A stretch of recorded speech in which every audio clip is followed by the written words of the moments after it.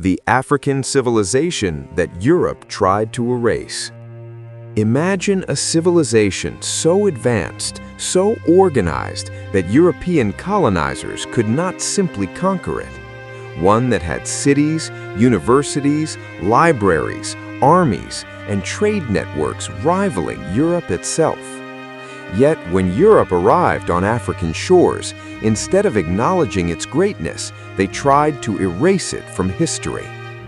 For centuries, the world has been told stories of European conquest, but the truth of Africa's civilizations has been systematically hidden. Empires that built cities, fought wars, created knowledge, and developed technology were written out of history books. But the truth survives in manuscripts, oral traditions, and the living memory of African peoples. This is the story Europe hoped you would never hear. For centuries, Africa was portrayed as a land without history, without civilization. European textbooks told the story of a dark continent, full of savages and tribal chaos. These narratives justified colonization, exploitation, and the transatlantic slave trade. But in reality, Africa was home to powerful empires, advanced knowledge, and rich cultures that rivaled the rest of the world. The deliberate rewriting of history, known as colonial erasure, aimed to erase achievements and portray Europe as the bringer of civilization. But Africa's history is much deeper, far richer, and far more complex than what has been told. The Mali Empire. The Mali Empire, flourishing in West Africa from the 13th to the 16th century, was one of the wealthiest and most advanced empires in human history. Its ruler, Mansa Musa, became legendary for his immense wealth, surpassing the imagination of Europeans. Timbuktu, the empire's intellectual center, hosted universities, libraries, and scholars from across Africa, the Middle East, and beyond. Here, mathematics, astronomy, law, and medicine flourished. Gold, salt, and trade networks connected Mali to distant lands, making it a hub of global commerce.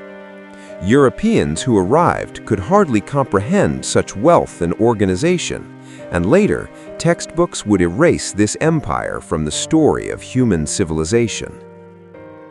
The Songhai Empire. After Mali, the Songhai Empire rose to become West Africa's largest empire. Its military was highly organized, its administration structured, and its economy thriving. Songhai had centralized governance, tax systems, and urban councils that managed trade and urban life. Scholars traveled from across Africa to study in its cities. Songhai proved that African empires were not primitive, but sophisticated, capable of continental-scale governance and diplomacy. Kingdom of Kongo. In Central Africa, the Kingdom of Kongo had a centralized political system with kings, officials, and a legal code. Long before colonization, the Congo maintained diplomatic relations with Portuguese explorers, exchanging gifts, knowledge, and trade agreements. Yet European historians later minimized its achievements, portraying it as a primitive society, ignoring centuries of political sophistication. Great Zimbabwe. Great Zimbabwe in southern Africa is famous for its incredible stone architecture. These massive structures were built without mortar, reflecting advanced engineering and social organization. Archaeological evidence shows trade connections with China, Persia, and India. Unable to accept that Africans built such cities, European colonizers falsely attributed Great Zimbabwe to outsiders, erasing the true builders from history. Winton languages. Africa was home to several written languages, Ge'ez in Ethiopia, Nsibdi in Nigeria, and Tifinagh in North Africa. These scripts recorded laws, religious texts, histories, and philosophical treatises, preserving knowledge for generations. Science and medicine. African civilizations excelled in agriculture, developing terracing, irrigation, and crop rotation techniques. Medicine included surgical procedures, herbal remedies, and preventative care, reflecting a deep understanding of health and biology long before European interventions. Trade and economy. Africa had vast trade networks connecting the interior to North Africa, the Middle East, and even Asia. Gold, ivory, textiles, and salt were traded across deserts and rivers. Cities became centers of commerce, finance, and learning. Culture and art. Music, dance, sculpture, and oral literature conveyed history, morality, and social values. Art and storytelling were not merely aesthetic, they were educational and preserved societal memory. African civilizations were thriving culturally, technologically, and economically, posing a threat to European narratives of superiority. Initial contact. When Europeans first arrived, they established trade relationships, treaties, and alliances. Over time, this shifted to occupation and exploitation. Armed with superior weaponry and a desire for land and resources, they gradually imposed control. Erasing African history. Colonial powers destroyed manuscripts in Timbuktu, looted libraries, and falsified historical records.